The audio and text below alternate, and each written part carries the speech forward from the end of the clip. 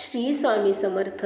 नमस्कार. पुन्हा एकदा तुमच्या सर्वांचे आपल्या चॅनलमध्ये खूप खूप स्वागत आहे. स्वामी महाराजांच्या कृपेने तुमच्या सर्व चांगल्या इच्छा पूर्ण हो आणि तुमच्या आयुष्यामध्ये जे काही दुःख आणि अडचणी आहेत ते सर्व दूर हो, हीच मी महाराजांच्या चरणी प्रार्थना करते आणि आजच्या व्हिडिओला सुरुवात करते. तर आजचा आपला व्हिडिओ आहे की 500 वर्षातून आलेला आपला योग आहे हा, की श्रीराम प्रभूंची प्राणप्रतिष्ठा ती 22 जानेवारी म्हणजेच उद्या आहे तर अयोध्येमध्ये जसं आपण पूर्ण दिवाळी साजरी करणार आहोत, तशीच आपल्याला घरी कशी दिवाळी साजरी करायची म्हणजेच श्रीराम ज्योत आपल्याला घरी कशी लावायची आहे याबद्दल आपण आज माहिती पाहणार आहोत. की म्हणजे श्रीरामांची पूजा करायची, परत श्रीरामांची आपल्याला औक्षण वगैरे कसं करायचं किंवा ती आपण ज्योत कशी लावणार आहोत, की आपल्याला दिवे किती लावायचे आहेत या संदर्भात आपण पूर्ण माहिती आज घेणार आहोत. त्यामुळं व्हिडिओ पूर्ण पहा शेवटपर्यंत. तर पहा, आपल्याला श्रीराम ज्योत लावायची आहे. तर पहा, आपल्याला कसं तुम्ही दिवसभरामध्ये कधीही ही पूजा करू शकता. पहा, आपल्याला रामाची पूजा जी करायची आहे, कारण जे अयोध्येमध्ये जाणार आहेत किंवा जे तिथे आहेत त्यांचं खूप मोठं भाग्य आहे की त्यांना ते सर्व पाहायला मिळणार आहे किंवा ते तिथे स्वतः असणार आहेत. तर पहा, आपण पण घरी राहून सुद्धा आपण श्रीराम प्रभूंची म्हणजे पहा आपण पूजा अर्चा करू शकतो. आणि या पलीकडे पहा, आपल्या आसपास जिथं कुठं श्रीरामांचं मंदिर आहे पहा असतं जसं आपण म्हणतो बजरंगबलीचं म्हणजे प्रत्येक ग्रामदैवत असो किंवा अशा आसपास कुठं पण जिथं श्रीराम प्रभूंचं मंदिर असेल तिथं आपल्याला नक्की जाऊन दर्शन घेऊन यायचं आहे. पहा, उद्याच्या दिवशी आपल्याला जाऊन दर्शन वगैरे घेऊन यायचं आहे.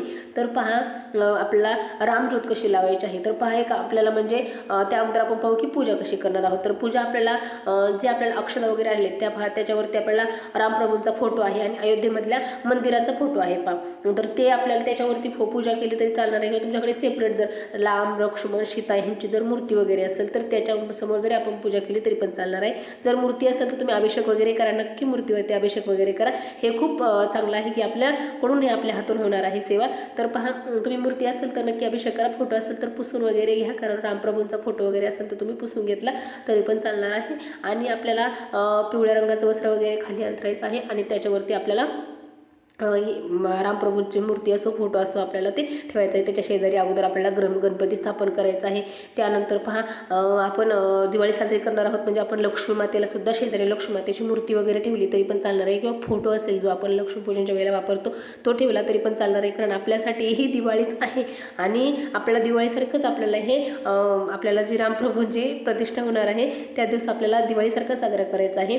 तर पहा, मग मी तुम्हाला सांगितलं पहिलं आपल्याला गणपतीला स्थापन करायचं आहे, नंतर आपल्याला श्रीरामप्रभूंची मूर्ती वगैरे, परत अजून मूर्ती किंवा फोटो, आणि नंतर मग लक्ष्मी मातेची मूर्ती किंवा फोटो आपल्याला हे पण स्थापन करायचं आहे. आणि आपल्याला त्यानंतर आपल्याला दिवा म्हणजे आपल्याला जी ज्योत आहे ती कशी लावायची आहे. तर आपल्याला एक मोठा दिवा घ्यायचा आहे, जी सकाळपासून संध्याकाळपर्यंत त्या दिवशी रात्रभर आपली ती ज्योत चालूच राहिली पाहिजे. त्याच्यासाठी तुम्ही कापसाची लहान मोठी वात करा किंवा आपण पहा जे हे आपण हातामध्ये जे घालतो हे आपल्याला कलावा म्हणतो आपण, लाल कलरचा कलावा असतो तो घेतला, त्याची मोठी वात घेतली तरी पण चालणार आहे. किंवा आपण जर कापसाची वात बनवली ना त्याला थोडंसं शेंड्याला म्हणजे वरती आपल्याला थोडंसं कुंकू लावायचं आहे, म्हणजे ती पण लाल कलरची वात होईल. थोडंसं कुंकू लावायचं आहे. त्याच्यामध्ये आपल्याला शुद्ध गाईचं तूप वापरायचं आहे.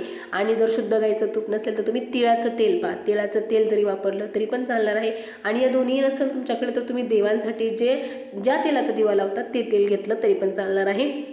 तर आपल्याला त्या पूजेच्या समोर दिवा लावायचा आहे. आणि आपल्याला दिवा लावल्याच्या नंतर ती म्हणजे दिवा पूर्णभर रात्रभर चालला पाहिजे अशा हिशोबाने लावायचा आहे दिवा आपल्याला. तर आपल्याला गणपती बाप्पांची पूजा करून घ्यायची आहे. गणपती बाप्पांना पण आपल्याला चंदन वगैरे अष्टगंध वगैरे आपल्याला हे करायचं आहे, लावायचं आहे. त्यानंतर आपल्याला म्हणजे टिका लावून झाला का टिळा आपला, तर त्यानंतर आपल्याला गणपती बाप्पांना सुद्धा फूल, आपल्याला गणपती बाप्पांना जास्वंदीचं फूल खूप आवडतं. त्यानंतर आपण रामप्रभूंची म्हणजे राम सीता आणि लक्ष्मण यांची पूजा करणार आहोत. किंवा नुसतं श्रीरामांचा फोटो असेल तरी पण आपल्याला पूजा करायची आहे. तर पहा, आपल्याला त्यांना पण चंदन वगैरे म्हणजे अष्टगंध चंदन वगैरेचा टिळा लावायचा आहे. आणि मग आपल्याला फुलं वगैरे व्हायचे आहेत. आपल्याला अक्षता आलेल्या आहेत त्या अक्षता सुद्धा व्हायच्या आहेत, किंवा आपल्याला समोर ठेवल्या किंवा आपण वाहिल्या म्हणजे अर्पण केल्या तरी पण चालणार आहे गणपती बाप्पांना किंवा आपल्या रामप्रभूंना. त्यानंतर आपण महालक्ष्मीच्या मूर्तीला सुद्धा आपण हळदी कुंकू वगैरे फूल वगैरे वाहून घेणार आहे. तुम्ही छानसं गुलाबाचं फुल सुद्धा महालक्ष्मी मातेला खूप प्रिय आहे, तुम्ही ते सुद्धा अर्पण करू शकता. किंवा तुम्ही असं फुलांनी पूर्ण सजवा. कारण आपण पहा जेव्हा आपण त्यांना आसन देऊन आपण तसं तर आपण वस्त्र वगैरे अंथरणार आहोत, पण तेव्हा आपण आसन पण हळदी कुंकवाचं म्हणजे हळदी कुंकवाच्या अक्षदा किंवा नुसत्या अक्षदांचं किंवा नुसत्या आपण फुलांचं सुद्धा खाली आसन देऊ शकतो. त्याच्यावरती सुद्धा आपण मूर्ती वगैरे स्थापन करू शकतो. आणि आपल्याला दिवा लावायचा आहे तर त्या दिवाला सुद्धा आपल्याला अक्षदाचं किंवा फुलांचं तुम्हाला खाली आसन द्यायचं आहे आणि त्यावरतीच आपल्याला दिवा लावायचा आहे. अशा पद्धतीने आपल्याला हे पूर्ण करायचं आहे. त्यानंतर आपल्याला गणपती बाप्पा आहे तर गणपती बाप्पांना गुळ खोबऱ्याचा नैवेद्य आपल्याला अर्पण करायचा आहे. परत आपण रामप्रभूंना फळांचा किंवा जे तुम्ही लाडू वगैरे जे बनवत असाल त्याचा आपल्याला नैवेद्य दाखवायचा आहे. महालक्ष्मी मातेला सुद्धा आपल्याला गोडात म्हणजे नैवेद्य जरी बनवला तरी तुम्ही गोड बनवा किंवा फळ वगैरे ठेवलं म्हणजे तरी पण तुम्ही गोड ठेवा किंवा खडीसाखर मेन म्हणजे खडीसाखर जरी ठेवली तुम्ही नैवेद्य समर्पयामी किंवा दूध साखर ठेवलं तरी पण चालणार आहे. या प्रकारे तुम्हाला नैवेद्य दाखवायचा आहे. आपल्याला धूप दीप अगरबत्ती सर्व हे करून घ्यायचं आहे. तो जो दिवा आहे आपण तुपाचा दिवा लावलेला आहे तो आपल्याला दिवसभर रात्रभर तसंच तेवत ठेवायचा आहे. त्या दिव्याने आपल्याला प्रभू राम यांना त्यांचं औक्षण करायचं आहे.